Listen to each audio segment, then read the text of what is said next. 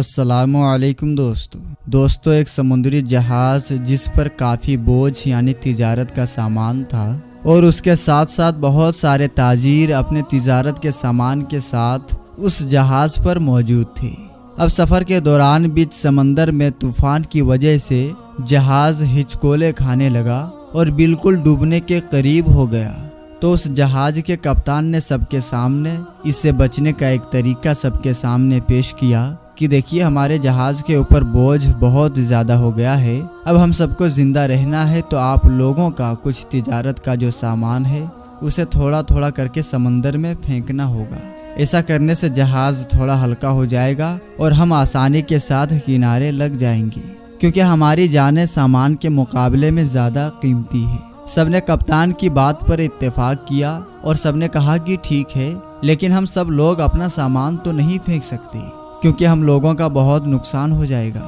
لیکن اگر ہمیں اپنی جان بچانی ہے تو اس میں ایک ہی راستہ ہے کہ ہماری جان بھی بچ جائے گی اور ہمارا مال بھی بچ جائے گا اور ہم کنارے بھی لگ جائیں گے۔ تو کپتان نے کہا کہ وہ کیسے؟ تو پھر تمام تاجروں نے کہا کہ اس جہاز پر ایک نیا تاجر آیا ہوا ہے اور وہ نیا تاجر ہے اور اس نے تجارت کا بہت سارا سامان خرید کر جہاز پر رکھا ہوا ہے، تو کیوں نہ ہم اس تاجر کو اس کے سامان کے ساتھ سمندر میں پھینک دیں، اس سے ہم سب کا نقصان نہیں ہوگا، کسی ایک کا ہی نقصان ہوگا۔ پھر سب تاجروں نے اور کپتان نے اس بات پر اتفاق کیا، لیکن جس تاجر کا سامان پھینکا جانے والا تھا تو اس نے کہا کہ میرے اکیلے کا ہی کیوں، آخر میرے ساتھ ہی ایسا کیوں؟ لیکن سب تاجروں نے اس کی ایک بات نہ سنی اور اس نے تاجر کے ساتھ بغاوت کر دی، یعنی اسے لڑائی جھگڑا کرنا شروع کر دیا اور جھگڑا بہت زیادہ بڑھ گیا، تو سب تاجروں نے مل کر اس نئے تاجر کو اس کے سامان سمیت اٹھا کر اسے سمندر میں پھینک دیا۔ اس تاجر نے سامان کو چھوڑ اپنی جان بچانے کے لیے تیرنے کی بہت کوشش کی، کیونکہ وہ جہاز سمندر کے عین بیچوں بیچ تھا، اس لیے کناروں تک پہنچ پانا مشکل تھا اور تیر کر تو اور بھی ناممکن تھا، اور چونکہ سمندر کے طوفان کی وجہ سے سمندر کی لہریں بہت ہی اونچی تھی، ایسے میں اس کا تیر پانا ناممکن تھا۔ چند منٹ اس نے تیرنے کی کوشش کی، لیکن جلد ہی وہ سمندر کی لہروں اور موجوں میں پھنس گیا اور بے ہوش ہو گیا۔ اس کے بعد اس تاجر کے ساتھ کیا ہوا اسے کچھ معلوم نہیں تھا، لیکن اسے جب ہوش آیا تو اس نے دیکھا کہ وہ ایک جزیرے کے پاس پڑا ہوا ہے، جس کے بارے میں اسے پتہ نہیں ہے کہ وہ کون سی جگہ ہے اور کرشماتی طور پر یہاں کیسے بچ کر پہنچ گیا۔ سمندر کی تیز لہروں نے جہاں پر دور دور تک کچھ بھی نظر نہیں آ رہا تھا، تاجر نے چلنے کی کوشش کی، لیکن وہ کمزوری کی وجہ سے اتنا نڈھال ہو چکا تھا کہ وہ دوبارہ گھٹنوں کے بل گر جاتا تھا۔ پھر وہ اللہ کے حضور سجدہ ریز ہو کر اللہ تعالیٰ سے دعا مانگتا ہے کہ جس اللہ نے اسے اتنے بڑے گہرے سمندر سے یہاں زندہ پہنچا دیا ہے، تو بے شک وہی ذات ہے جو مجھے اس پرابلم سے بھی نکال سکتی ہے۔ ایسے ہی وقت گزرتا رہا اور وہ پھل اور خرگوش پر گزارا کرنے لگا۔ اب جنگل میں اس کے پاس کوئی اور سامان تو نہیں تھا، اس لیے اپنے آپ کو سردی گرمی کی شدت سے بچنے کے لیے لکڑیاں اکٹھا کر کے اس نے چھوٹی سی جھوپڑی بنا لی تھی۔ ایک دن ہوا کچھ یوں کہ جب وہ تاجر اپنے لیے کھانا بنا رہا تھا تو اسی دوران تیز ہوا چل پڑی۔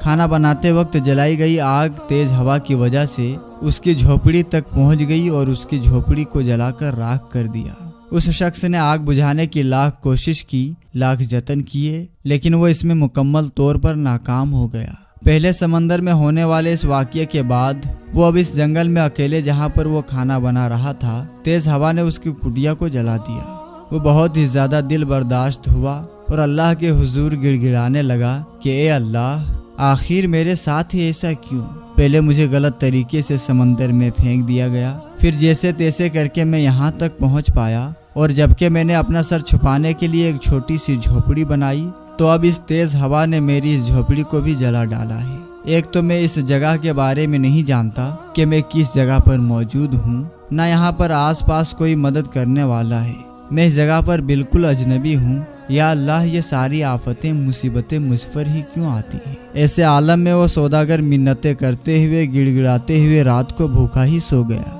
لیکن جب صبح ہوتے ہی سورج کی کرنوں نے اس کی آنکھوں پہ دستک دی اور جب اس کی آنکھ کھلی تو ایک عجیب و غریب منظر اس کی آنکھوں کے سامنے تھا۔ اس کی آنکھوں کے سامنے ایک بڑا جہاز آتا ہوا دکھائی دیا اور وہ جہاز دھیرے دھیرے اس کے پاس آ کر رک گیا اور اس جہاز سے اتر کر کچھ لوگ اسی کی طرف آ رہے تھے۔ جب اسے ہوش آیا تو اس نے پوچھا کہ آپ لوگوں کو کیسے پتہ چلا کہ میں یہاں پر ہوں؟ آپ لوگوں کو یہاں کے بارے میں کیسے پتہ چل گیا؟ تو ان جہاز والوں نے یعنی اس جہاز کے کپتان نے کہا کہ ہم یہاں سے گزر رہے تھے تو رات کے اندھیرے میں ہم نے اس دھوئیں کو اٹھتے ہوئے دیکھا، اور یہ دیکھ کر ہم دھوئیں کی جانب بڑھتے چلے گئے۔ ہمیں لگا کہ شاید کوئی مصیبت میں ہے، شاید کوئی ہمیں مدد کے لیے بلا رہا ہے، کیونکہ ایسی جگہوں پر جب دھواں کیا جاتا ہے تو وہ ایک مدد کی نشانی ہوتی ہے، مدد کے طور پر دھواں کیا جاتا ہے۔ اس لیے ہم اس دھوئیں کو دیکھ کر یہاں پر آ گئے اور تم ہمیں ایسی حالت میں وہاں ملے، اس لیے ہم نے تمہیں بچایا اور اب ہم تمہیں یہاں سے باہر نکالیں گے۔ اب بتاؤ تم یہاں پر کیسے پھنسے ہوئے تھے؟